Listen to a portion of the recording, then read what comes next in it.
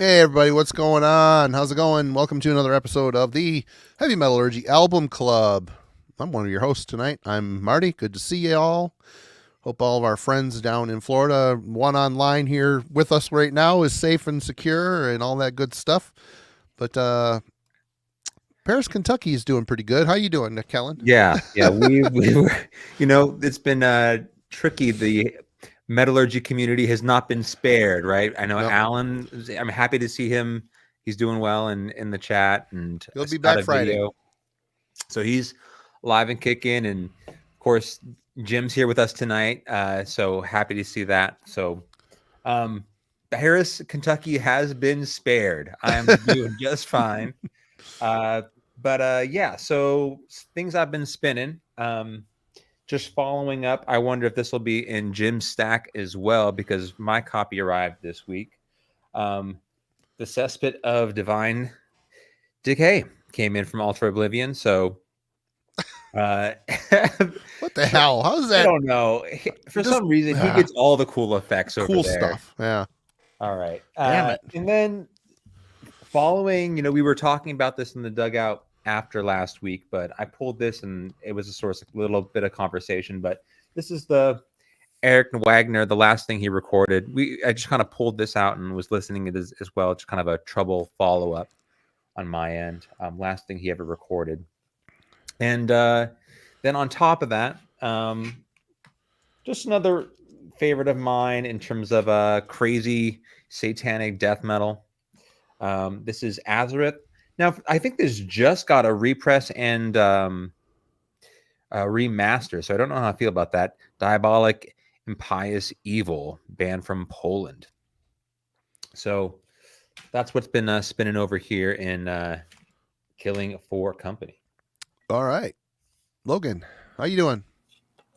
Man, doing fine. I won't complain. There's not a hurricane on my front doorstep today, and Yeah. it kind of gets serious, man. It's been a crazy hurricane season. Like, I hope thoughts, and as I said, I'll knock on wood for Florida this evening. But man, more and more is coming out about how bad it ended up being in like Western North Carolina, where Allen is at from Hurricane Helene, and that's bad, man. I'm certain areas in Western North Carolina, like Asheville, for example, which is one of my favorite places to visit, and just when I was in my backyard, that was like a constant for music and beer. It's probably not going to be the same. Like the landscape is different. So I definitely want to make a video highlighting some of the bands that kind of need our help up there. This is one of them, which has a new album coming out later this month, I believe on the 18th. This is Harsh Realm with their EP Beyond Torment. Definitely check out these guys and keep an eye on their new album, which I'll put the name of that in the chat after I'm done spouting what I'm currently spinning. And then I'm about to share my screen, Marty. I forgot to cue that up beforehand, but I of course the thing we're all talking about, and I got to weigh in on it. That dropped last Friday. Yep. But Blood Incantation is the main thing. And I wanted to weigh in on it real quick. I actually really like the new Blood Incantation. Absolute Elsewhere is pretty fucking cool. It seems like it is one giant long track with everything from, what they kind of tinkered with a little bit, all the way to like Pink Floyd and Rush in there as well. And how they wrap up the album is pretty impressive. But everyone's talking about that, so I wanted to highlight instead a band and an album that if you're missing old Blood Incantation, you can check out. So yeah, this is Cosmic Putrefaction with their album. What is this thing called? Emerald Fires Atop the Farewell Mountains. I don't know about Farewell Mountains. It sounds a bit hokey, but this is crazy stuff. This is a lot more dense than that Blood Incantation, and will hopefully scratch the itch of someone who's missing like Star Spawn or something in their repertoire. And then other stuff I've been spinning, I will say that this album and really listening to Vital Remains kind of put me in the mood to listen to Morbid Angel. I think there might be a little similarity, and I definitely heard key moments on this album we're about to talk about that made me think of Altars of Madness. So Big time. It's been over a year or so since I spun this, so I had to pull it out and give this one a spin, and some of their other material too. So, all right, Jim. Man, this must be like some kind of weird like record for us or something, because yeah, I dude, I grabbed the wrong one, but I'll grab that in a second. But anyway, I did buy Cosmic Fusion Faction. look at that. And I loved it. I listened to like half a song online and ordered it and got it here in time. And yeah, you're right. Logan, this for me is the album that, kind of replaces the New Blood Incantation for me. I don't like the guitar sound of New Blood Incantation. I don't like the really crazy off the wall 70s prog synths. It's just not my thing. You know what I mean? And but this is my thing. It's so just weird and swirling, but it's still like it's songs like it. There's so much going on, and Jack said in the chat that there's a demo influence on this album. He's totally right. There is. But it's done like tastefully, and with all the deep synths and killer, just absolutely stunning bass tone on this. Like it sets itself apart. So yeah, this is definitely going on my end of year list. I've been listening to it on repeat since I got it. So this thing rules. And a little old. My favorite era of Ozzy is Jakey Lee. Bark of the Moon is my favorite album by Ozzy. And I saw this. Yeah, it's awesome. First press of this, and so I just had to do it. Just pulled the trigger on it. It's hard to find any Jakey Lee Ozzy anyway, but I mean, in the wild, you can get it online easy. But yeah, man, I love Killer Giants. Thank God for the Bomb. Ultimate Sin, man, the drum sound on that song, awesome. Really great lyrics too, and weirdly, I like backwards. The B side is listed first over the A in the back, so the track listing's wrong, which I kind of like. Oops. Yeah. So, and go ahead and cut to you, Marty, because the other album I picked is in a living room, so I want to come back to me. Okay. Cool. Yep. All right. What have I been listening to? Giving this a spin. Lord Vicar, The Black Powder. I had like 3 or 4 Lord Vicar CDs. I think I sent them to Rick. I just got a bunch of CDs from Zoller. Craig, if you're watching, thanks again. This was in there, so one of the first ones I spun. And you know what? I do like it. Musically, I can hear the Reverend Bazaar. Vocally, I do not. And vocally is where I think the album is a little weak. But I still like it. It's a pretty good record. I've spun it once. I need to get more into it. Finally pulled the trigger, decided I wasn't going to get the vinyl. Got the Children of the Morgue by Deceased. One of my favorite albums of the year right here.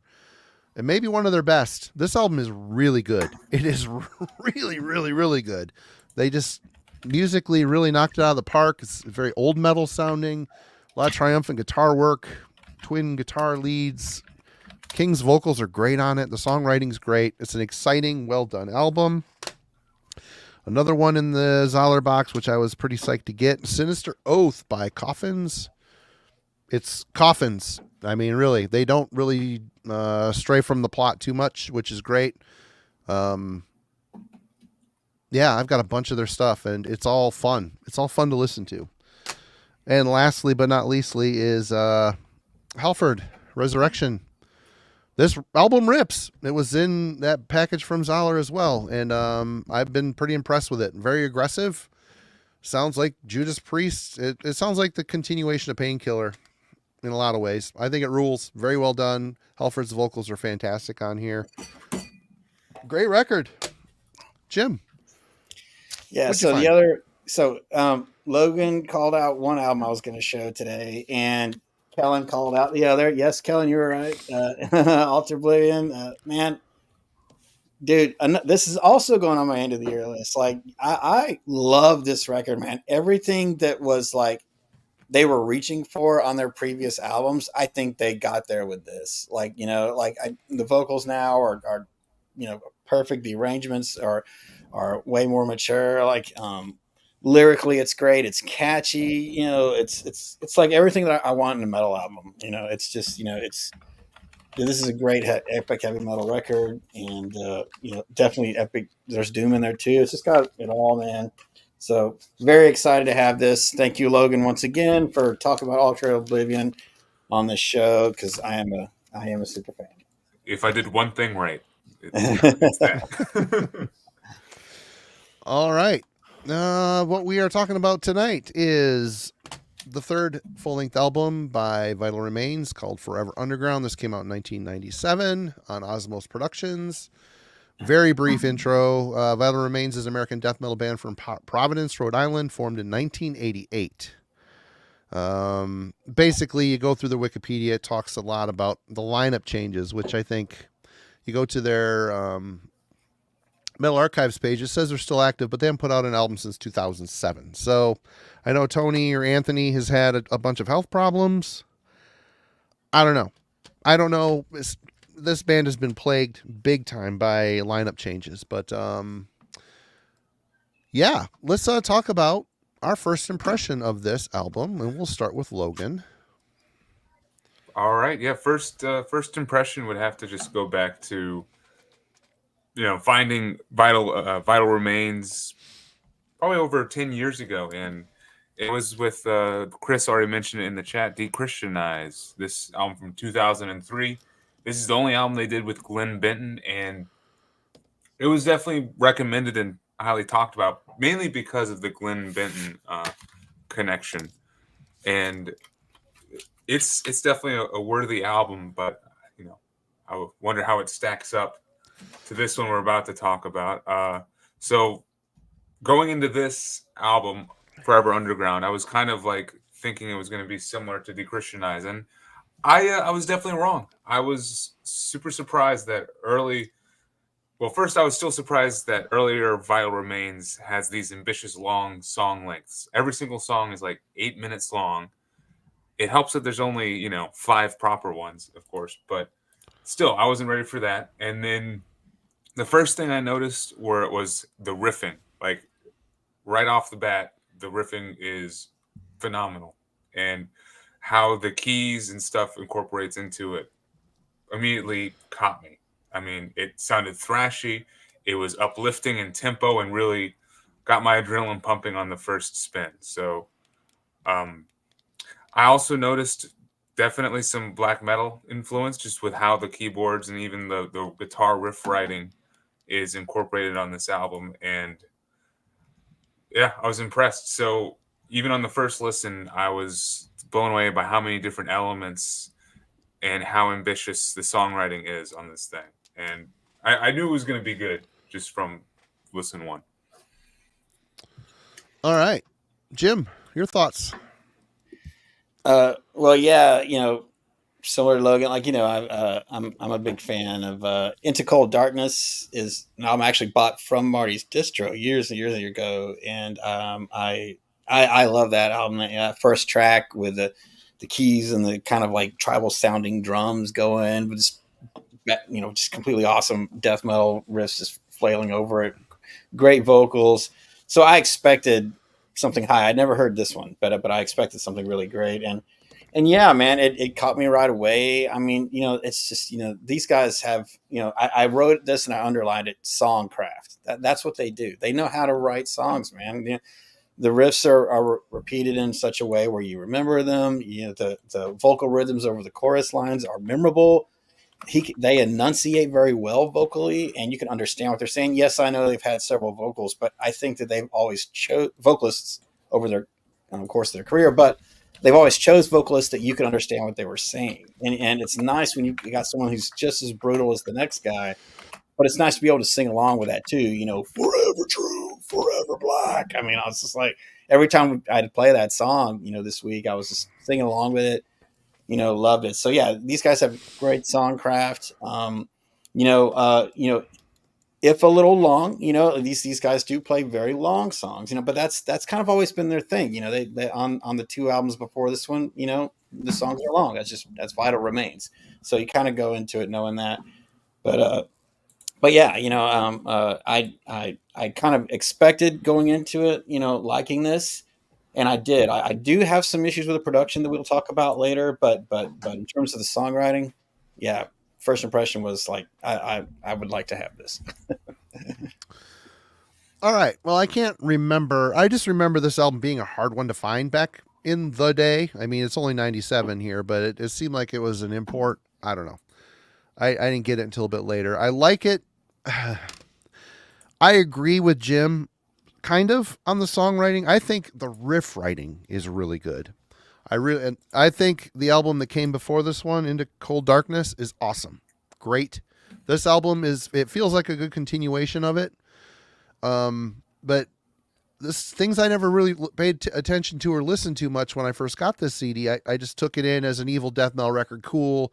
Got into the riffs, but sitting here this week and listening to it, like really paying attention to it on headphones, I think the second half of the album is better than the first half. I think the long songs, man, it's a lot of good riffs and ideas, but there's a lot, like the longest song on the album.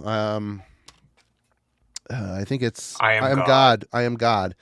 The song is a mess. Structurally, a mess. There's like riffs that are awesome, and then there's parts they like stop and start with a whole nother chunk of song that doesn't make sense with the other part. It's kind of like an old school way of thrash writing. It feels like riff salad. They don't really get this under control until later in the album. After that rotten synth instrumental, the last 2 tracks on here are awesome. They're just absolutely great. Well done, well written, perfect, really. I really like this record in spite of my complaints with some of the structures, but yeah, first impression is it holds up pretty well. It feels a bit dated, which is weird to say. I don't know if that's because of the production, but I enjoyed it. It's good. It's still a good album. Kellen, your thoughts? Yeah, so I absolutely love this band. In terms of favorite death metal bands, it's right up there for me.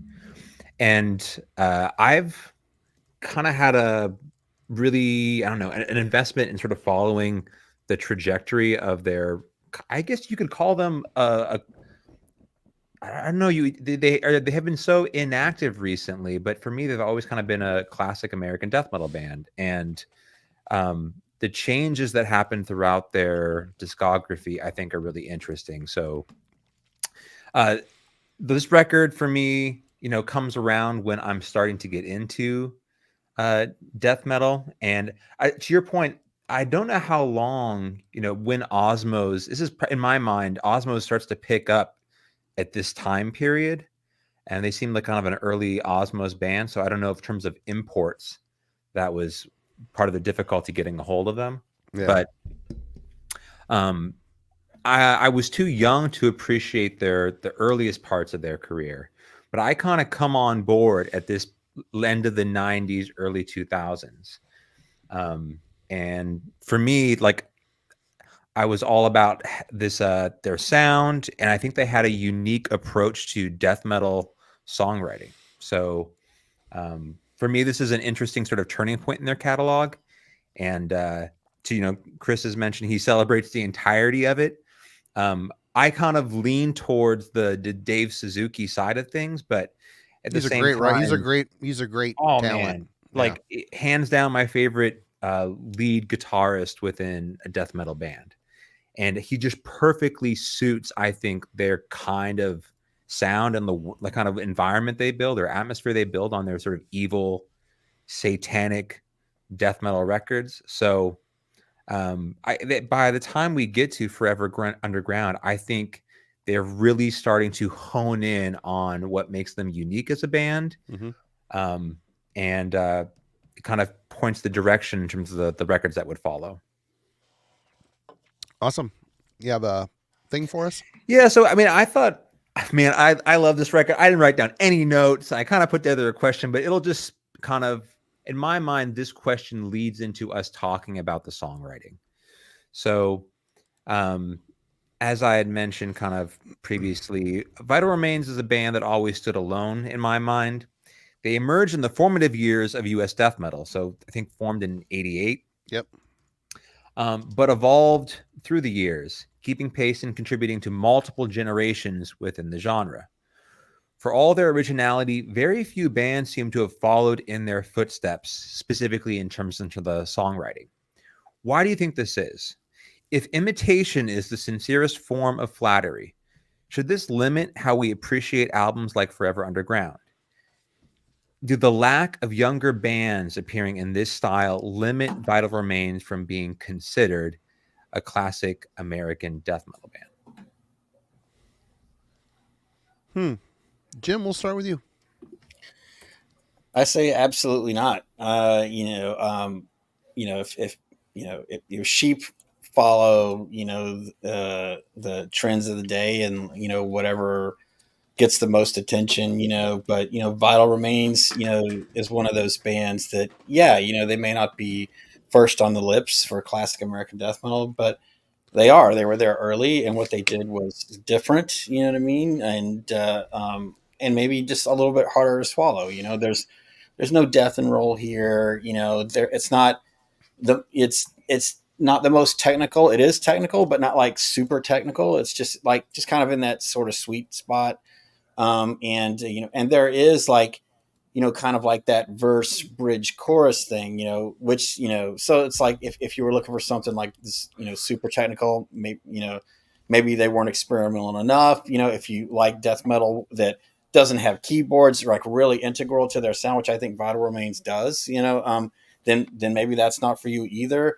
But, whatever those reasons are, the guy from Peaceville had the forethought to sign them on their first two releases. I think, that guy's got great taste, I think he was right. He heard in Vital Remains what, I hear in them, and that's these guys have a unique voice. It's kind of like there is an element of theirs where there's sort of like heavy thrash but satanic vocals, and it's just like this weird thing. Like it's kind of like they harken back to what was just kind of what was around the corner, but kind of made it their own and really turned it into death metal. So yeah, it's, there's skank beats here, there's mid-tempo stuff here. But it isn't like, it's not entombed, it's not immolation. It's just kind of its own animal. So yeah, maybe they kind of fell through the cracks, but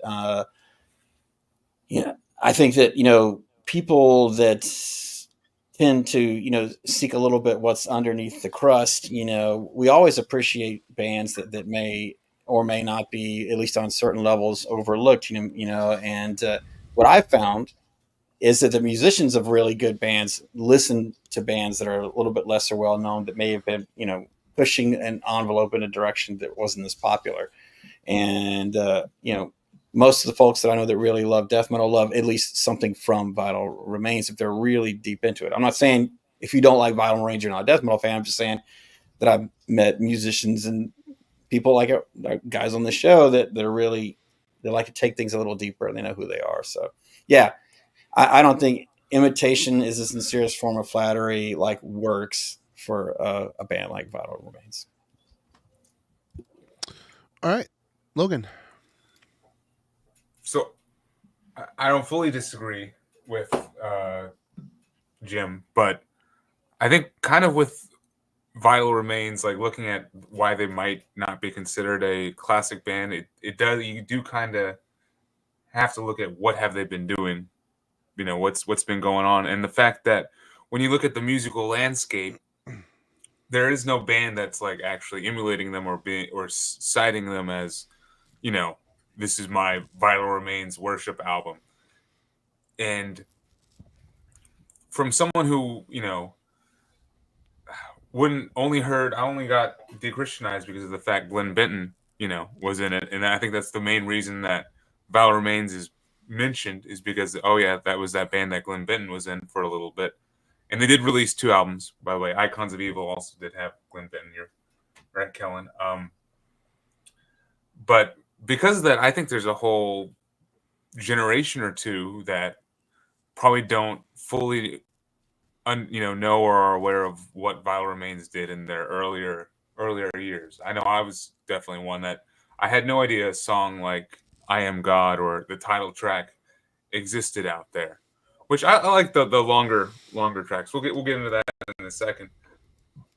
But when you look at what Vital Remains has been doing now, they haven't unfortunately done anything since 2007. And whenever they're in the news, it's actually not for good stuff. It's for member changes. They had this vocalist Brian Warner for a little bit.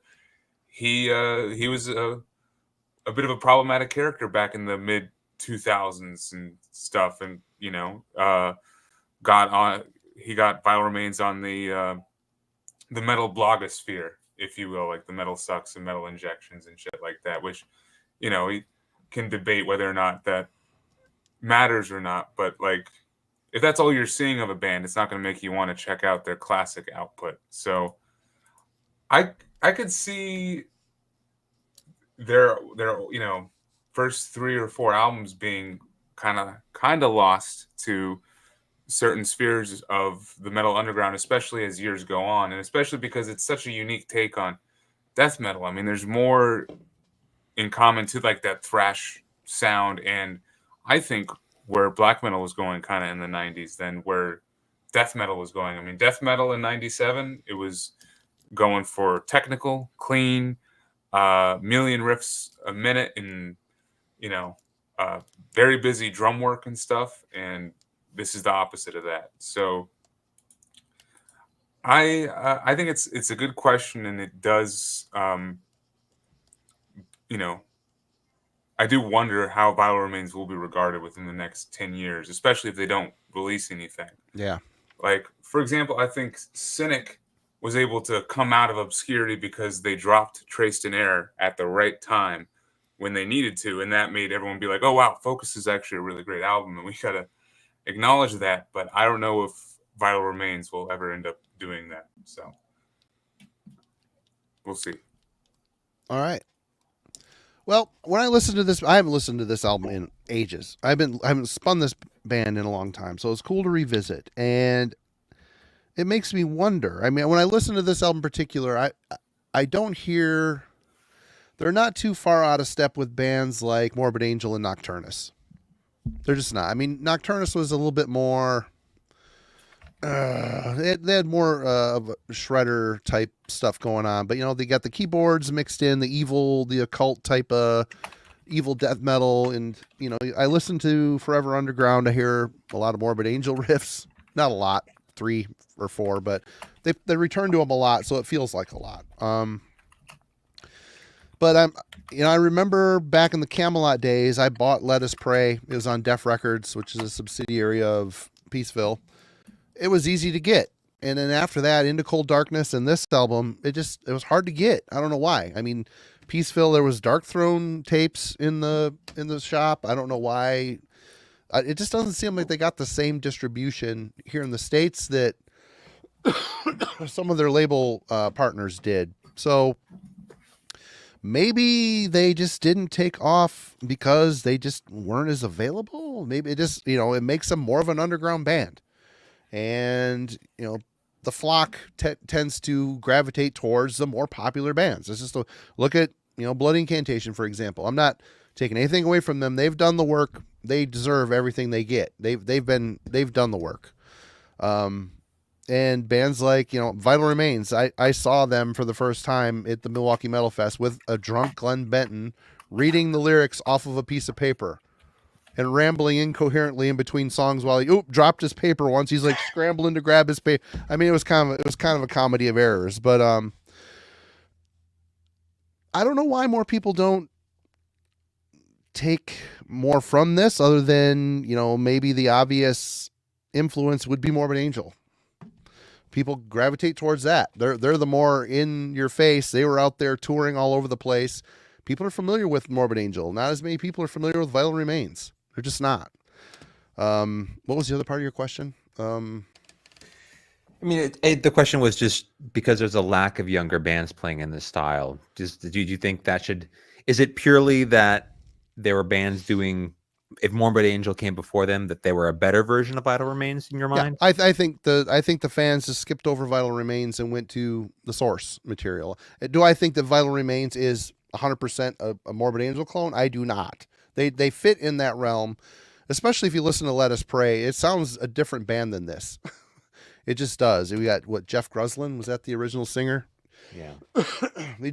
I think they got better as they went. And Into Cold Darkness is a great evil death metal. It's really well written. The songs are really well composed. That's why this year it seemed like they're trying to be a little more ambitious. Let's write longer songs. In order to do that, you're just kind of coming up with riffs that don't make sense with the heart of the song. But yeah, I think just availability. They're not out in. They suffered from so many. They did play shows. They got out and played, but not to the extent of their peers. They just didn't. They didn't live on the road like Morbid Angel did. And, Nocturnus didn't really either. They played shows, but they weren't road dogs like Morbid Angel were. So I think their accessibility and their public, how they were in the public eye just wasn't substantial enough for them to inspire a whole generation to want to copy them. What do you think, Kellen? So I think the complicated and probably interesting part of this band for me is, to your point, you listen to those first two records, like there are some atmospheric qualities about them that I think make sense for the Morbid Angel comparison. They seem like early on, if Let Us Pray to me sounds like an American death metal record from '92. Morbid Angel, Deicide, like they're doing that kind of stuff. But by the time, we get to Forever Underground, the turn for me is another band from this era, but was also signed to Osmos, is Angel Corpse. And to Jim's point about these like really aggressive, satanic, kind of thrashy riffs almost, that's like an evolution in their sound. And by the time we get to, De-Christianized, like Logan was mentioning earlier, this is much more of a like blistering fast triggered drum. Like the sound has totally changed. And there's almost, to me, two very different, distinct sort of time periods where they sort of were an old school early 90s American death metal band that belonged to that time period. And then they have this like 2000s death metal sound that feels like, I guess, is not fondly remembered, or it somehow truncated their lifespan or critical reception. That people look at that time period and they think it's lesser than, or maybe they're classic records, but they don't have like the legs to be considered great in 2024 and beyond. So in some reason, I wonder if because the latter portion of their career got more visibility, whether it's Glenn Benton or whatever, it has also sort of limited them from people looking back to their catalog and considering them to be an American classic.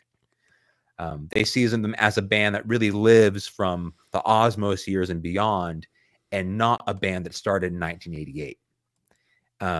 And I think is an interesting, that there's sort of an early part of their career where they're really trying to figure things out and starting to pull, like, as the American death metal scene, as people are fading and it's becoming more proggy, like in 94, 95, that was the criticism of American death metal.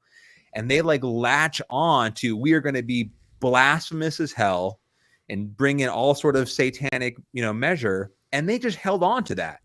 To your point, being a really evil death metal band, like that's who they are. They became, we do not like Jesus very much at all. And that's like, they just held on to that and just kept on hammering that home. But in the process, we get these long, and we'll kind of move this into my opinions on the songwriting here.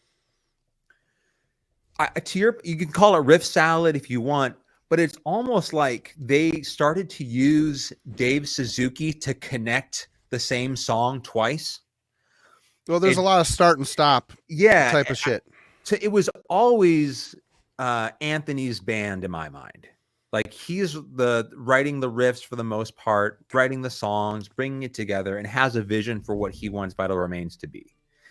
And you get these long sort of atmospheric, there's church bells in the background. There's additions of keys going on. Like they have this vision of bringing in all these Christian themes, but doing it in a way that is like explicitly blasphemous, and it ties together. There's, if Jesus is not being crucified on the cover, then we got this evil demonic goat on the cover. Like, this is going to be a blasphemous record through and through, but they just don't leave it at lyrical content. They start to create sort of these like atmospheric world building satanic songs that bring in all these sort of church themes. So I enjoy the longer songs. And then you bring in on this record, we get a glimpse into Dave Suzuki's neoclassical work. Mm-hmm. And I think he's a perfect addition to this band. Every time that Anthony's riffs start to sort of feel like they're going to die, they aren't going anywhere, Dave gets to throw a place, a little bit of a solo, a look in, and it just pulls me out for a moment. And even though there are a couple tracks here that we get past 8 minutes, I think some past 9, I never get bored to listening to this record. It just feels like every time Anthony could have stopped a riff or exhausted an idea, he decides either to just shift it enough. He's communicating with Dave, who also played drums on a lot of these records, to just change up the drums a little bit, and they get a little bit more lifespan. There's like these long runways that they go through, 4 or 5 minutes long, and then they make sort of like a solo will come in and they kind of repeat it almost. I never get bored listening to it. The riffs are not complicated. They are not technical, like what's happening in the late 90s, early 2000s. I don't look at it in that vein either. There's still enough sort of like to meat on the bone here. It's not just blistering sort of speed. In that sense, they feel very much like an classic American death metal band that just knows how to write and create evil songs. And I think Dave's inclusion into this band at this point is a perfect fit. And yeah, it's kind of how I'll just let you take it from there. I will say, you mentioned Angel Corpse, and Hammer of Gods came out a year before this album did. Right. And they're on the same label. Label. Why? And Angel Corpse did not hide the fact that they were very Morbid Angel influenced. What is the difference? I mean, Angel Corpse I saw probably 5 times. I've seen Vital Remains once. With the drunk Glenn Benton. Which was great. I mean, that was watching him drop the paper and scrambling for like, oh no, it was funny. But why did Angel Corpse get a little bit more traction? I mean, just from, I think, a songwriting perspective, they were just more savage. I don't know. There was just something about them that just had this organic vibe. My kid. Hey son, how you doing? Marty's pick is coming up, I'm sure. Yeah, I don't know what it is. Their songs just seem so much more exciting from start to finish, even though they're in a similar wheelhouse, I think the fact that Angel Corpse had Hellcamp to like kind of center around. Well, Gene was a machine. I mean, that guy, he was just a riff machine. And then Pete's vocals, holy shit, just venom, pure venom coming out of it. Consistency there. Yep. And then I think because they were pushing the boundaries for what extreme metal could be, and you could say they helped to, be with Blasphemy as like these war metal guys to create like a different kind of sound. I think that gives them more of a legacy than what Vital Remains was able to end up doing, from my perspective. All right. Well, let's discuss the musicality and composition of Forever Underground. Jim, we'll start with you. Yeah, like I said when I did, the lead in here, I think these guys have songcraft. Every song had, like, for me, every single one of them had like a memorable moment. Oh yeah, absolutely. That I could, like, oh man, here's that part I love again, or here's that lyric that I love again. Some great lyrics on here, just simple but awesome. Um, you know, I am God. And just forever going underground, man. I love that song. Good song. The lyrics in that song are just awesome. It's just pure metal, and like I said earlier, every time he says "forever true, forever black," I was singing along with him. I just love that. So great.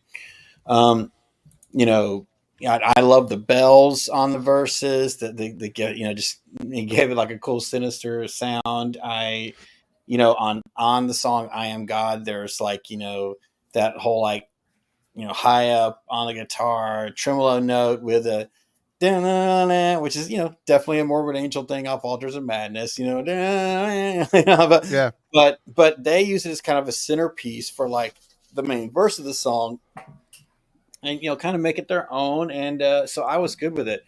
And again, we're talking about Dave Suzuki, man. What an incredible musician, dude. I mean, the solos he does is awesome, and man, the way this guy plays drums, man, it's his cymbal work for me. He knows when to hit the ride to push that riff higher. He knows when to hit the china to do the lead in. Just like getting the hair standing up on your arms, like you're like a cool riff is about to come. Like a cool time change is about to arrive. I mean, I love that when a drummer like really takes advantage of his whole kits. It's not all about snare and double bass. It's also about what are you doing up here, man? For me, and he absolutely pays attention to what he's doing on the cymbals and to the where I remember them. I like Gene Hoglan. That's what I love about his playing. He always does something in his song that just it's so out there, but it stands the test of time. You always remember it, where it really becomes not just like a timekeeping mechanism, but an integral part of like the power behind the metal song is what's going on with the cymbals. Can they do something there that not only adds to it, becomes like the essence of what the song is trying to put forth. So yeah, absolutely, these guys are incredible musicians. Now again, the riffs themselves, taken one at a time, they're not super technical. This is not we're not listening to albums of the same era from Suffocation or anything like that, but they're technical enough to not be boring. It's really less about that. It's that songs take you on a journey, and if you stick through the ride, you're well rewarded. So yeah, musicality, composition, good to go. Logan.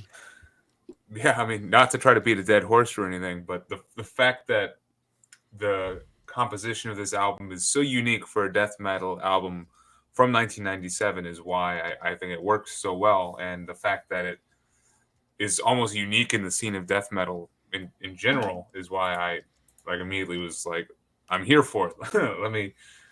let me re-listen to it and re-listen to it. I mean, when death metal was going into such an intense, blast beats and everything kind of being squished down into one like juggernaut of an instrument, this is really just letting everything breathe in an impressive way, and trying to incorporate more elements that are so far outside of what death metal was doing, where they were instead of trying to go more prog and technical, I feel like it's going more medieval and atmospheric and primitive in the riff writing. Like definitely there's thrashy riffs. I think there's like some heavy metal influence on some of these songs.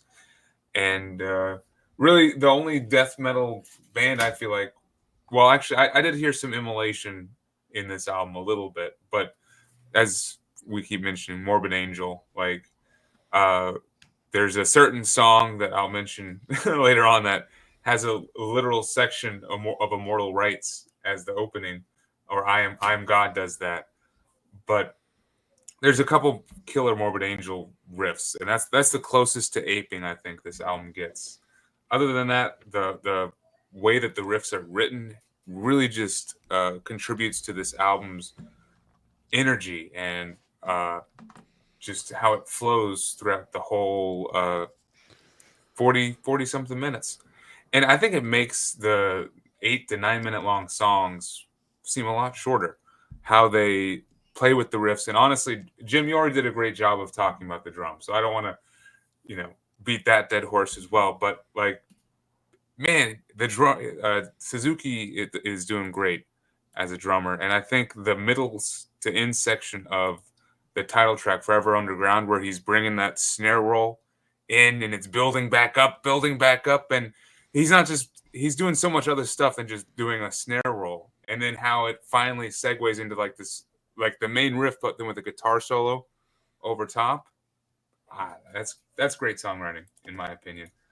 And then we get to the keyboards. And I think this continues to cement what I'm talking about, that this is a unique album. I mean, this is some 90s black metal shit right here, like the bell tolling and like, the lush medieval cold atmosphere. And sure, I'll be the first person to mention the fife song, the bard's lute in the interlude track, which I think it fits. I don't mind it as an interlude. It's what, like a minute and some change or something? Maybe it's 3. I don't know. But I like it as a interlude track. And I think it fits in the feel of the album and the musicality of it.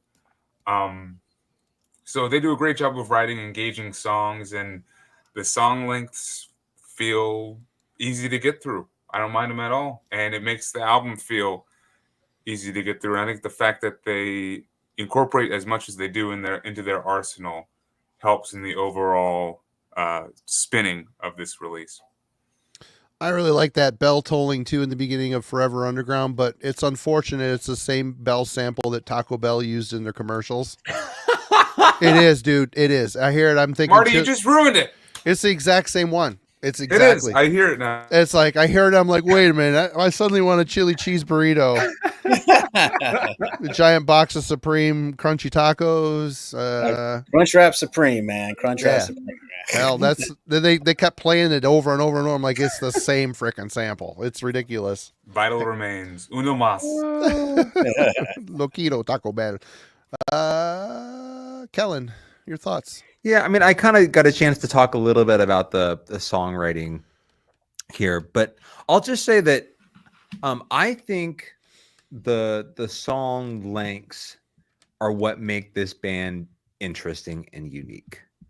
So the fact that we just get really 5 songs on this record, if they had tried to do your traditional 10 and put out a 70-minute, 120-minute death metal record, no way. Absolutely. There's I love, it's concise. They did that later. Yeah. Concise enough on this record to where I think they don't overstay their welcome. I will agree with Logan in terms of Dave's ability to navigate that. For example, that drum work, that snare roll is brilliant. I love the fact that we get an acoustic on this record as well. It just we'll get to the production. I wish that got greater clarity, but it just ties in for me. I don't want to spend too much time on this because I got a chance to talk about the songwriting earlier. But the most of the riffs here to me feel like comfortably death metal within the era. It's just that they, to your point, like, I don't think they're as blisteringly fast as Angel Corpse. Those records to me are much more aggressive. Oh yeah. I think Vital Remains is about trying to make these longer, extended. I mean, we can talk about the synth work in a second, but I wonder how much they were spending time listening to the rise of black metal in the later portion of the 90s. I think there must have been some part of them that thought, we don't want to get lumped in with the progressive side of mid-90s death metal. Like, we want to still keep death metal, whatever you want to call it, aggressive, dangerous, yada, yada. I mean, that may sound trite, but at the same time, I think there were probably bands, we had Immolation on this, album club recently. I feel they kind of work in the same place where there were a few American death metal bands who were still fighting for something that was in death metal in the late 80s that had started to sort of turn by the mid 90s. And I think the atmospheric qualities, whether it's the Taco Bell sample or not, it is. There's a very deliberate attempt to make this band still feel dark and sinister. And I think they accomplished that. And their extended songwriting is, for me, it almost plays out in the same way I would get invested in a black metal listen. There's sort of longer sweeping songs. And while structurally and sonically they're different, I end up listening to Vital Remains with the same sort of like length and level of interest that I would listening to a black metal record, right? So I just think that's an interesting about this band is they sort of grab a hold of what a certain kind of fascination that black metal has been able to cultivate in American consciousness by the late 90s. So just something I wanted to bring up there. All right. Jim, you went first, right? Yeah, I would like to just say real quickly though, man, Kellen, you nailed it, dude. Yeah. That Vital Remains absolutely has like a black metal aesthetic going on. I mean, if you look at, the cover to Into Cold Darkness, I mean, it's a wolf and an aurora. It's in the woods. I mean, and just they're evil, and like I definitely feel like with their keys and with their song leaks that can be there's time changes and it's headbanging. There's also something kind of mesmerizing about it. Yeah, they were absolutely like I feel like it sounds like it sonically. I don't know for factual proof, but that these guys had to be enamored with that scene, because I feel like it just kind of drips, with that to your. I'll use your words, dangerousness of black metal. I mean, I feel that it's there. You know what I mean? And but yeah, man, I just had to call, like second that. You were right on, man. So way to go. Yeah, the songwriting, the musicality, composition. I really appreciate the evil vibe that's spun throughout this. Even though there's, the Immortal Rights Morbid Angel riff that they return to a lot. And there's another thing, a couple other riffs in one of the main songs, I Am God. I'm like, what riff is this from? I've heard this before. I mean, shit like that drives me nuts, but it happens. It happens. I think the songwriting is, on the shorter songs, I think it's great. I do. I love, and even on the longer songs, I love how simplistic the riffs are, but yet they're not uninterestingly simplistic. They've got an evil sound to them. They're really catchy. That's just it. These riffs are super catchy. My problem is on the longer tracks. You start off Forever Underground's like a 9-minute, 37-second, and then I Am God is longer than that. It's within 9 minutes. It like I Am God to me sounds like 3 songs put together. I love it when that acoustic part comes in. It's so cool, but what happened before that chunk, then all of a sudden this acoustic thing happens. It makes no sense with the rest of the song. And then they like sandwich the first part onto the end of that acoustic run. It's just like, they had these cool parts. Like, these are all awesome. Yeah, they are. They're all awesome. They should have been in a couple different songs instead of all crammed together. That's my main complaint with this record. It just, riff salad. It seems like a band trying to write in a longer musical time frame, and it kind of feels like Satan's Fall from Merciful Fate off of Melissa. That song to me sounds like 3 Merciful Fate songs sandwiched together, and it's always bugged me. It always bugged me. You get going into a flow, and all of a sudden the song just stops and starts into another thing. Like, oh, you left me hanging with this feeling, and now I'm over here. What's going on?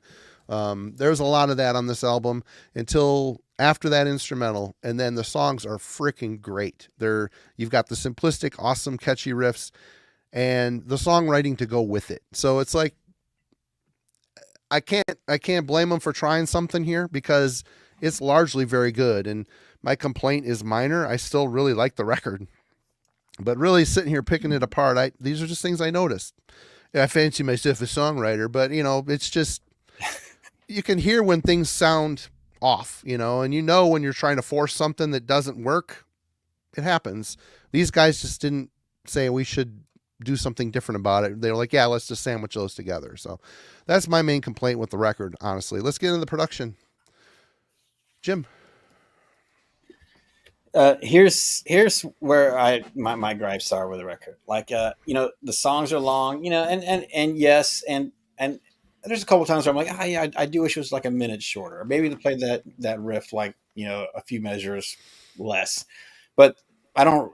Overall, though, I like the length because I like that it kind of takes you on a journey and you're in for the ride. But the production I do have issues with. There's something like it's a very kind of a tinny guitar sound. There's not like a lot of low end when they're playing like the heavier strings.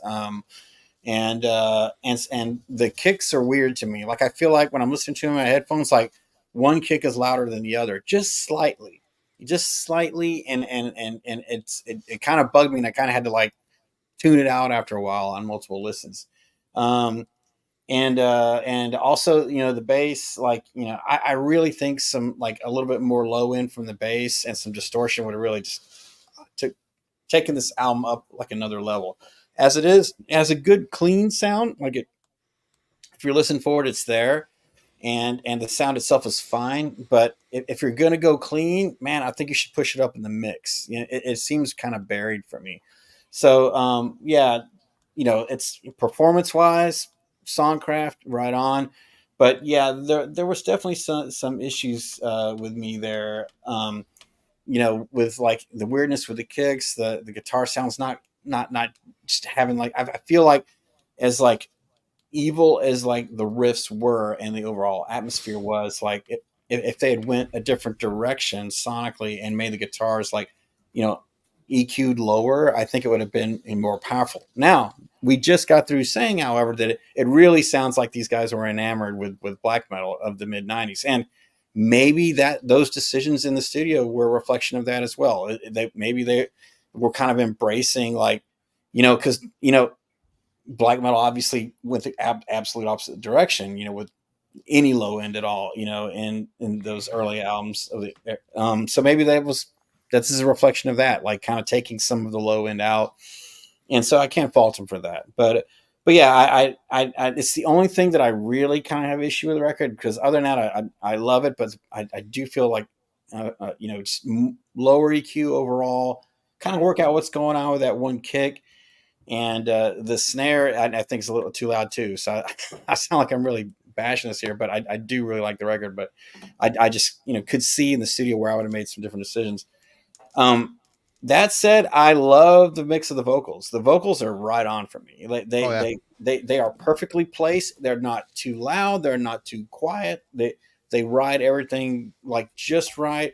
And combined with his ability to enunciate as clearly as he does while still sounding brutal, that's what gives this album for me all the energy. Like because I just like to just yell along with these songs, and it's a fun thing to do in death metal. And can't always do it. You know what I mean? So when you get a band, that it's the vocals and the riffs are there for you to just kind of rage along with it.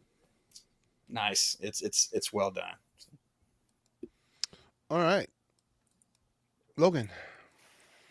Yeah, so for me, I'm kind of two minds about the production. Like, if you listen to their previous album, Into Cold Darkness, I think everyone was kind of talking about the black metal look of it in the chat.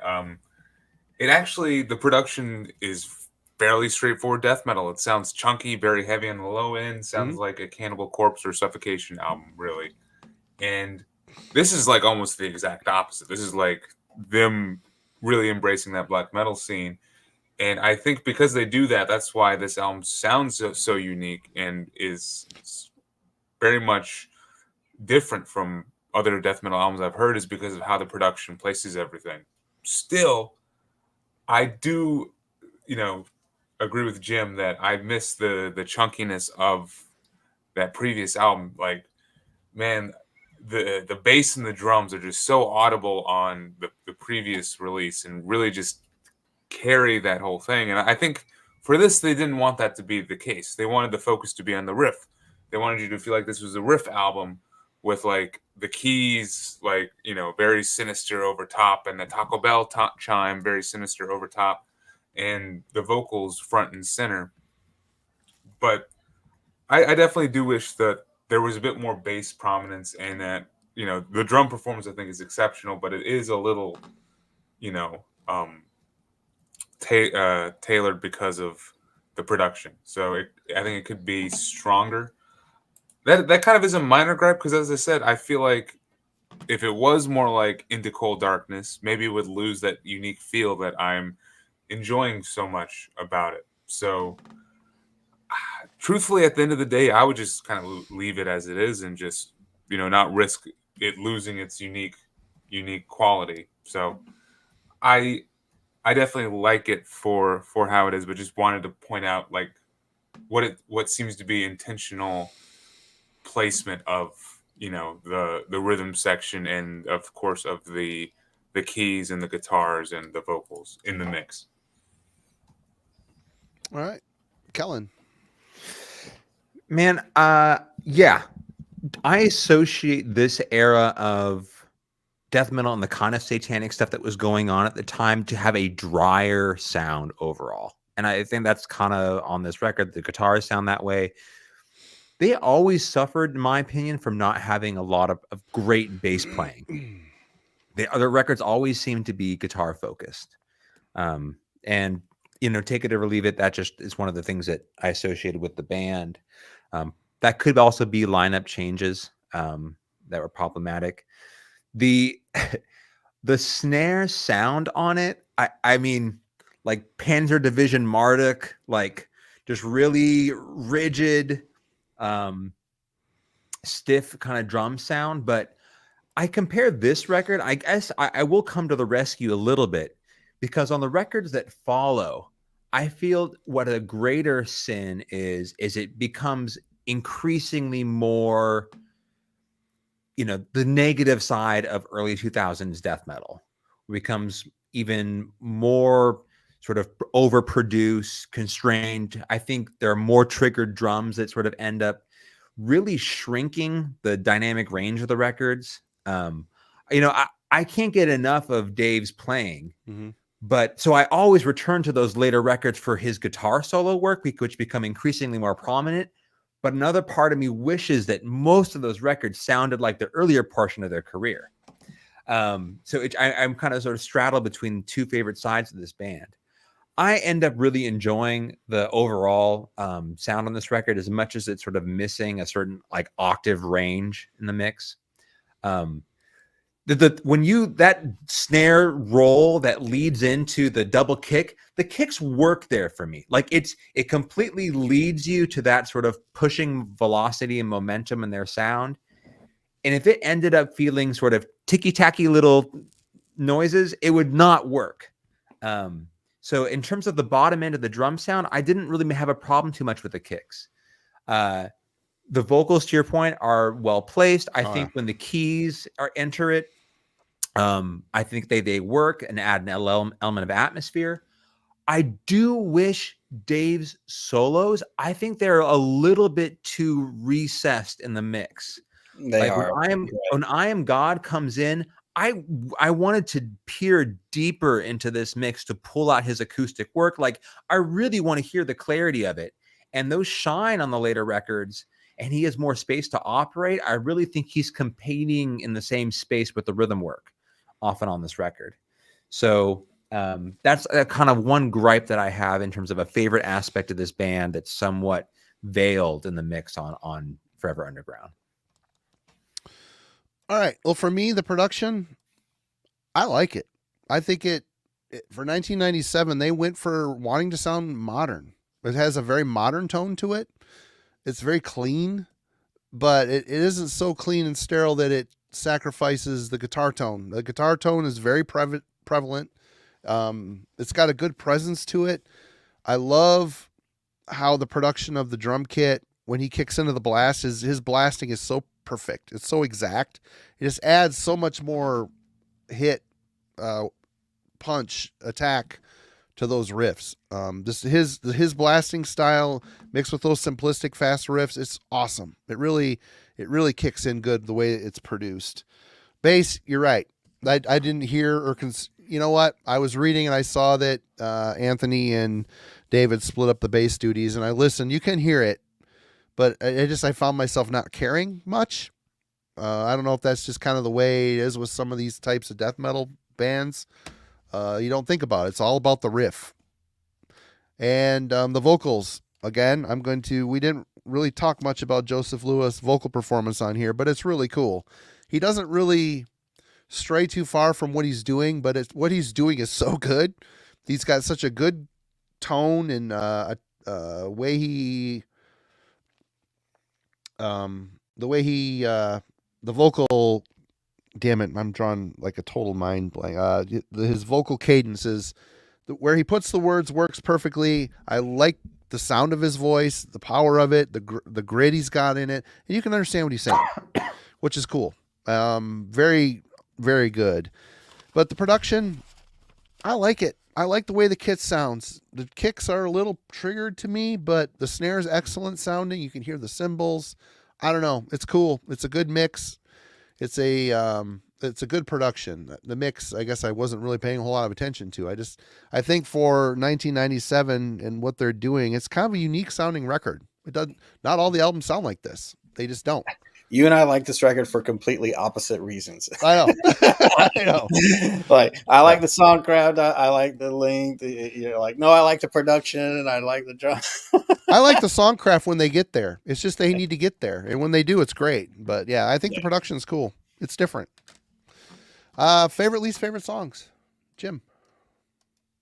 I mean, Forever Underground, dude. I mean, what an opener, dude. That song is so powerful. The chorus is so awesome. You know, I mean, you just want to sing along with every word. It's pure fist pumping death metal, dude. You know, unapologetic, raw, mean.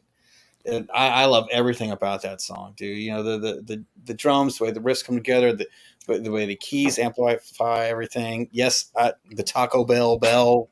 I love Taco Bell and I love bells. It's working out great for me. You know, there's, you know, it's just, when he does that count with the China, then it goes into the down tune riff. It's just like so awesome, man. It's like everything that I want to hear, and like, you know, around the fire of death metal night, you know, so it gives me that. I Am God, you know, the song, you know, Marty thinks is like kind of put together, man. I love that. You know, Kellen has mentioned already that acoustic over the electric, you know, going on thing. I mean, whatever that is, just, it sounds awesome. And it's a real highlight. It's unexpected. And so it makes it stand out, you know. It really, and then he goes even weirder and he does an acoustic solo in the middle of all this death metal insanity, you know, which is super awesome, man. It shouldn't work, but it really does. You know, let's see, there's something else about that I want to talk about, but yeah, Eastern Journey, a really killer headbanging verse at 120 that's kind of similar riff at 120. It's similar to like the verse riff, but it's like they take it and they open it up. They let the verse riff breathe, and it becomes its own animal. And I think that's really hard to do, to like take a riff in a song, play it later in the song, but like change it just enough where it feels like it's its own entity. And it did something really weird. It really opens up the track from there. From that moment on, like I like the song a lot more. And I thought it was a really cool idea. You know, there's a great blasting section midway through it that's just it's just continuous, perfectly played, and it just sounds super powerful. And then they go from that into like a rolling kind of a death doom beat, which was a nice shift. So yeah, there's a lot going on in Eastern Journey that I dig too. So yeah, the only thing that I you know kind of felt like you know, was this necessary, was, you know, Farewell to the Messiah. You know, you know, Burzum's doing the same thing with his instrumental albums here, and maybe they were listening to that. It kind of reminds me of something like that, like Hills Jeff or whatever, however you pronounce it. But I just don't know that it was necessary for me. You know, I think I would rather than have done something else with that minute, but it doesn't bother me either. It's kind of like it's not a painful listen, but it just felt a little out of place. So that would be my least favorite. But aside from that, absolute bangers, you know, Forever Underground, I Am God, and Eastern Journey for me. Logan. So, do you think our appreciation of the title track "Forever Underground" could be a literal Pavlov's dog thing with the Taco Bell? For me, it is. That sounds good to me for some reason. But yeah, I mean that song is definitely a highlight for sure, and I think it introduces the album very well. And honestly, overall, I think the fact that there's only really 5 songs on here means that I found something on each of these songs that I enjoy, and there really are no misses. To me, the 2 tent poles that make the album stand are the opener "Forever Underground" and the middle track "I Am God." I mean, the journey that you go through for "I Am God," I thought was impressive. I can see how it's riff salad and kind of a mess, but I don't know. I don't really notice it when I'm going through it, and I think it's because they kind of tie it all together with just it's like that opening riff that is just an adrenaline pumping like thrash riff, and then it kind of transitions a little bit, and then it goes into that beautiful like flamenco guitar interlude and section, and then they finally tie it all back together by bringing that opening riff back. And I just like how they did that with I Am God. I mean that's my favorite song on the album. Just it doesn't feel like it's 9 minutes. I think that's why I like it so much. I listen to it, it feels like it's 4 to 5. I mean, same with the opening song. "Forever Underground" is over 9 minutes too, and it feels like a 5-minute long track. Then I want to mention the closer song, "Divine and Fire," is very close in quality to the previous 2 tracks I mentioned, and I think it's the closest to more of a traditional death metal song. I definitely hear more Morbid Angel elements in it, and I hear a certain immolation style in like the riff writing towards the end, where it's like this more staccato kind of riff as it just pummels you over and over again. And I definitely enjoy the repetition in the riff writing on that song, as well as the previous tracks that I mentioned. So yeah, really not a bad song on the album. I even like the interlude "Birds and Thief," the medieval banquet, if you will. That is up my alley. So I think it fits with this medieval atmosphere and kind of. I mean, it doesn't sound evil, but it sounds black metal, which is I think what they were going for. So I think it fits the overall mood of the album. So yeah, really no complaints for these tracks.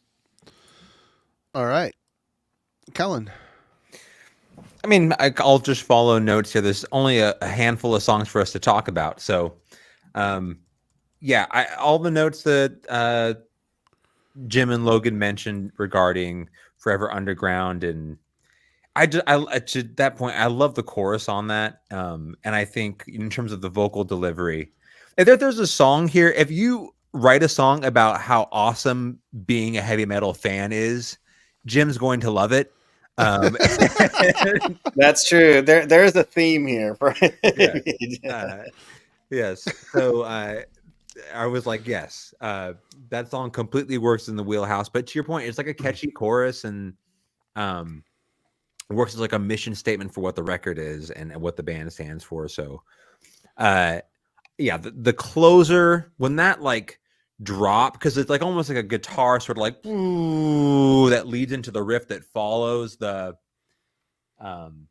drum sort of close out there. I never get bored of listening to that. It's just a perfect little sort of punctuation to the end of that song. I don't know if it's because I'm a fan of this band's songwriting style, but "I Am God." Yeah, to me, it's like the same song twice. That's in the middle of it. You get a Dave Suzuki solo, and you're either on board for it or you're not. And Marty's not on board. What?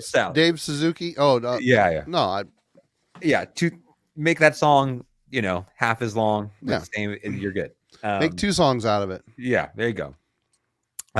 Yeah, I do also want to, like, I think I'm so like, and I don't want to say sucked into just enjoying this record by the time "Divine and Fire" shows up that I sometimes don't give it its its attention. But it's another moment where like Dave's solo work really gets a chance to shine. And they do this thing where he'll get a solo and they'll play a riff again and he returns and adds a different sort of flair to it. Often that gets missed. So I really like the closer as well. I don't know what was going on. I don't know if 1997 when they played a little like dungeon synth intro, they're like, oh yeah, they're with the dark stuff, or like what people were thinking. But it's the weirdest sort of head scratcher moment on this record. Yeah. I don't know what was going on, but it's such a weird, brief like blip on the radar that I always end up feeling it never sacrifices the ultimate sort of experience of the record. So, yeah. All right. Oh, I got a lot of notes here. Forever Underground, crushing lead off. It kind of shows that the riff heavy mission statement here. Mid-pace beginning gives way to exacting blast beats, which I love. The bulk of the track focuses on the mid-paced and hooky riffs. Again, there's a kind of a stop-start factor used in the transition between riffs, which gives the structure of the song a feeling of the old thrash ways. The song works well, but it wanders at times. Again, Taco Bell. I wrote it in my notes. Taco Bell. I think it's a good song, but I think Battleground, if they would have flipped those two songs, I think Battleground's a better opening track. Should have been the lead-off track, fast straight out of the gate, yet the riff work remains simplistic and catchy. The synth treatment adds a nice evil aura where Morbid Angel flavored guitar lines come in to further desecrate the cross. This isn't the last time you'll hear the remnants of Morbid Angel influence. The song just feels old school. One of my faves on the album, feels more together than the opener, but the opener is good as well. I think if you just would have flipped those two, it would have been a little bit better. I Am God, it's the longest track on the album at 9 minutes, 37 seconds. Right away, you've got the Morbid Angel riff. Acts as the evil hook of the song. They end the song with the riff as well. Yeah, they bookmark it, or they bookend it. There's a handful of riffs on this track of other song that remind me of other songs by other noteworthy bands from the old days. It made me more distracted with racking my brain trying to figure out what song each of these riffs were inspired by than actually paying attention to the song until, of course, multiple listens. It's a song with very good moments, a lot of killer riffs. Just kind of wanders again. Writing long tracks just for the sake of doing so seems a bit irrelevant if the song doesn't go anywhere surprising or necessarily interesting. An acoustic guitar accompaniment and transition riff before they execute the acoustic solo, I think is super interesting and a nice touch of evil, but this whole chunk of song feels like an island within the song. How we got here makes little sense on how they got out of it to get back into the main verse is just as awkward. Again, it's a great piece of music. It is. It's just they had a herky-jerky way of getting into it.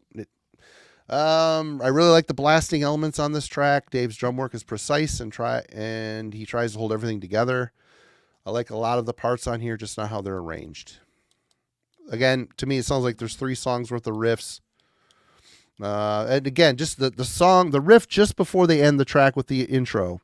It's a riff that did not show up anywhere else in the song. It just comes in for like a measure or two and it goes back to the intro riff. I'm like, what was that? What was that? It was a killer riff. It was awesome. Cool ass chunk of music. It just like, oh, here's this one riff we had laying around. Let's throw that in there and boom. Oh, hey, it's a long song. It's over 9 minutes. Farewell to the Messiah. It's the least favorite song on the album just because it's instrumental keyboard piece. Feels unnecessary with the rest of the album. Eastern Journey is my favorite. The best song on the album. It remains quick and energetic with a nice give and take in the dynamics department. The song is well crafted as well, where all the riffs flow perfectly and feel like they are indeed worthy of the same song. Great vocal work and overall power. The track just bowls me over, killer and catchy as hell. Divine Fire is another favorite. Divine in Fire. Great ending to the album. Another varied and exciting track that flows and makes sense from a songwriting perspective. The way the drums interact with the riffs feels unique and powerful, adding unique rhythmic twists to these already catchy riffs. So yeah, I mean, even though I'm bitching about the way they've constructed some of these songs, all the parts in these songs are still really good. It's like I'm pissed. I'm kind of bummed that I've just noticed this, because it might be things that bother me down the road. But when I got it back in the day, I'm like, oh, this is killer, whatever, cool, evil death metal. But when you start to really listen to it over and over and over and pick it apart, you're like, wow, okay. They struggled a little bit keeping things flowing. I mean, I do it too. I've done it. Wrote a bunch of stuff that maybe you're not in the mood to write. You write a bunch of cool stuff, sandwich it all together. I'm like, oh, it's like, makes no sense. It's just a string of riffs. It happens, but they committed it to album, and that's the way it is. And it's great because there's a lot of cool stuff. Judgment, final thoughts. Kellen, you picked it. Obviously, you liked it. Yeah, this is. I mean, I don't be hard pressed to pick my favorite Vital Remains record, but this is definitely, out of the handful of options, this is probably my favorite. I think it's just a perfect little middle point within their catalog, and it's, as much as it'd be hard to leave the other records behind. I think it sits just right when they're holding on to what made 90s death metal great, but starting to turn into a sound that was altogether their own. Man, more love for this band. I will. This is my era of death metal, and I will plant my flag in the death metal mountain and say, like, more bands from this era need some love and respect. And Vital Remains is absolutely one of them. So if you haven't heard Vital Remains, this is a great place to start, and then kind of build in two different opposing directions depending on where your preferences lie. All right, Jim, before he loses power. Yeah, it's starting to get really sketchy here. So the wind is kind of freaking me out a little bit. But yeah, keeps pushing that tree against the window. Anyway, yeah, this record was, I expected it to be good. It is good. I had never heard it for whatever reason. I had heard this one. I'd heard Dechristianize. I own Into Cold Darkness, but that's the only stuff I'm familiar with them. But yeah, I would like to have this. I thought it was really great. It's fist pumping death metal. It's something that you can sing along with. Again, that's just a rarity. It's catchy. It's memorable. The drum work is stellar on it.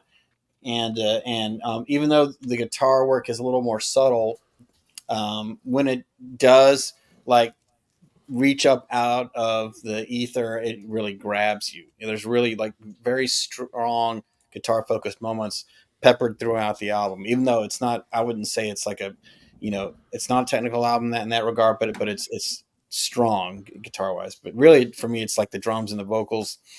It's really, it's just something that I like in a metal album. I want to just like rage along with it, annoy who's ever, next to me in traffic with my windows down. This is the album for that. And so it's an 8 for me. Kellen. I think I had a chance. I did this one. Yeah. Sorry. I switch out of the routine and I fuck up. Logan. All good. Let's see. So I've definitely not hidden the fact that I've been extremely impressed by this album, and to me, it's by far my favorite Vital Remains album I've heard. I mean, I think it beats out Dechristianize for sure. Honestly, revisiting this one, I can't help but be bogged down by how long it is and the production. And to me, Forever Underground does not have either of those issues in the same way, if you will. So I think it is entirely unique to 1997 and is just an adventurous black thrash heavy metal inspired death metal album that I can't find an equal for, really. Like the songwriting and how the album is arranged is just makes it so easy to listen to. Like it's 40 something minutes, and I probably listened to it about 10 times in preparation for this week. So Nice. I had a blast jamming this thing, and I think that's the secret weapon of this album is just how listenable these songs are, and just because of how there are only really 5 true songs, everything seems quick. I mean, by the time you get through I Am God, which, as I said, is my favorite song, so it's easy to get through, but by the time you listen to it, you're over halfway done. You only have 2 songs left, and then it's time to hit play again. I mean, the atmosphere and the vibe also is just perfect for the album, and I think it kind of lends itself to this season that we're currently in. You know, the Halloween season. The days are getting shorter, nights are getting darker, and we're all trying to feel more of that atmosphere and spooky vibe. And I think this definitely lends to it. So it fit right into the kind of Halloween music I've been trying to surround myself with. So due to the strength of the songs, how unique it is as an album overall, and just how often I've enjoyed it, man, it's a very strong 8, like an 8.75 out of 10. I will definitely be picking this up as soon as I can. All right. I know I've been the one that bitched about this one the most, but I'm giving it an 8. I still think, in spite of my problem with some of the arrangements, I think the album's great. I really like the vibe of it. It's a great evil death metal record.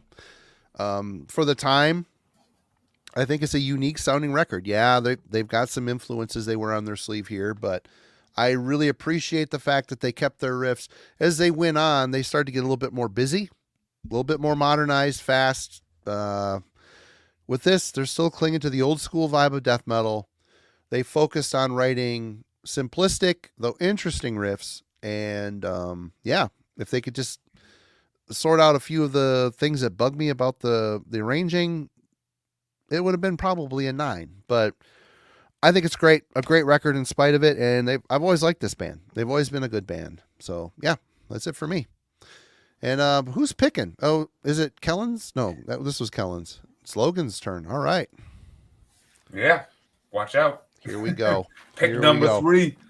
So I am fully immersed into the Halloween season, and I wanted to pick something that would help with that and just really have a lot of this October atmosphere in it. So I'm going with the latest Denial of God album, The Hallow Mass. So this is a band from Denmark, and came out in 2019. The Hollow Mass? The Hallow Mass.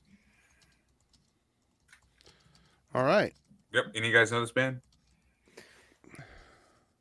Yep. I have an early album. Hell's I Headbangers. haven't stuck with them, but yeah. Core black metal. It'd be fun.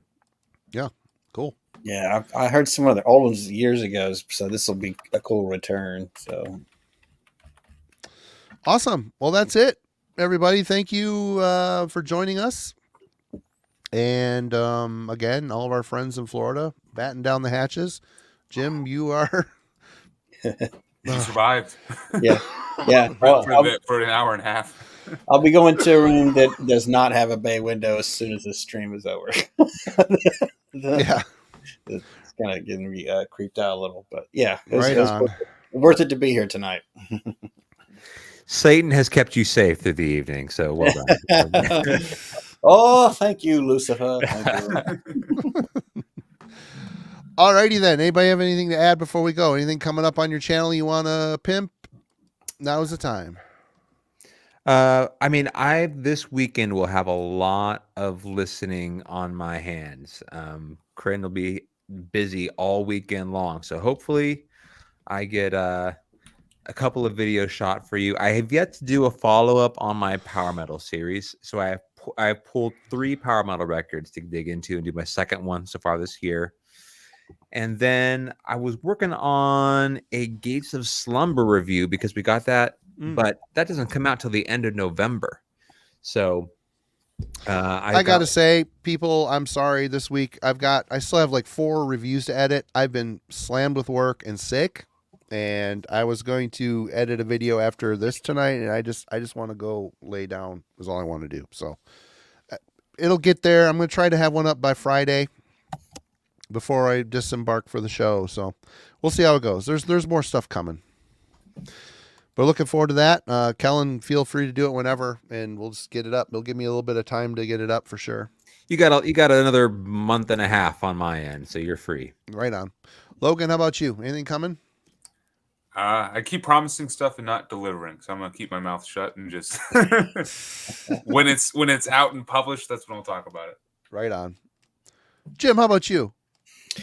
Nothing right now. I really wish I was going to see you guys play. I'm really bummed. I missed that. I mean, originally I was supposed to be gone an entire week with my in-laws, and then it got cut short because of Helene, and then it got moved, and then we didn't go back at all because of this one. You know, it's yeah. So yeah, but if I obviously had known all this, well, then again, I still wouldn't be able to see you play because all the airports are closed right now. So yeah, never mind.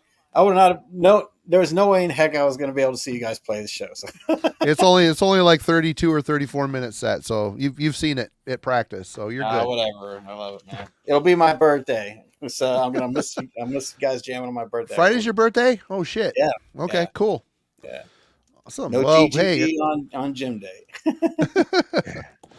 Well, awesome. Again, thanks everybody, and we will see Friday. Show notes. Alan's going to be here, Dan from the Colosseum, and I think Aaron the Metal Theologian. I think they're doing Swedish metal. So that should be fun. It'll be good to have Alan back. I'll be down in Grand Rapids with the Glorious Dead. We're opening for Panopticon, Excellensis, and Primeval Well at the Pyramid Scheme in Grand Rapids, so come check it out if you're down and around those parts. And that's it. I guess we'll see you I'll see you next week. Cheers, everybody. Have a good night.